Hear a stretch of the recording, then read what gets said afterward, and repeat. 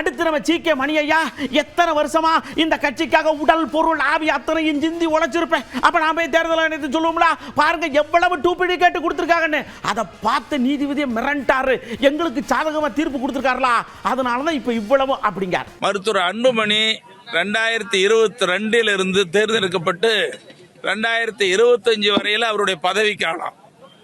ஆனா மருத்துவர் அன்புமணி 2023 தலைவராக தேர்ந்தெடுக்கப்பட்டதாக ஒரு போலி ஆவணத்தை கொடுத்து தேர்தல் ஆணையத்தை கையிலே போட்டுக்கொண்டு தேர்தல் ஆணைய துணையோடு 2026 வரைக்கும், அதாவது 2023 இருந்து 2026 வரைக்கும் பதவி இருக்குது, அவர் தான் தலைவர்னு சொல்லியிருந்தாங்க.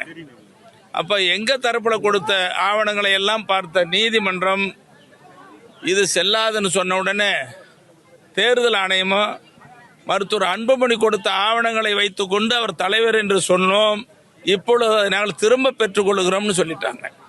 அதுவே மிகப்பெரிய வெற்றி.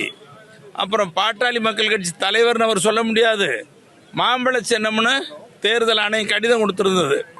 பீகார், தமிழ்நாடு, புதுச்சேரிக்கு மாம்பழ சின்னம் மருத்துவர் அன்புமணிக்குன்னு கொடுத்திருந்தது. அதுவும் எல்லாம் முடக்கி வைக்கப்பட்டது.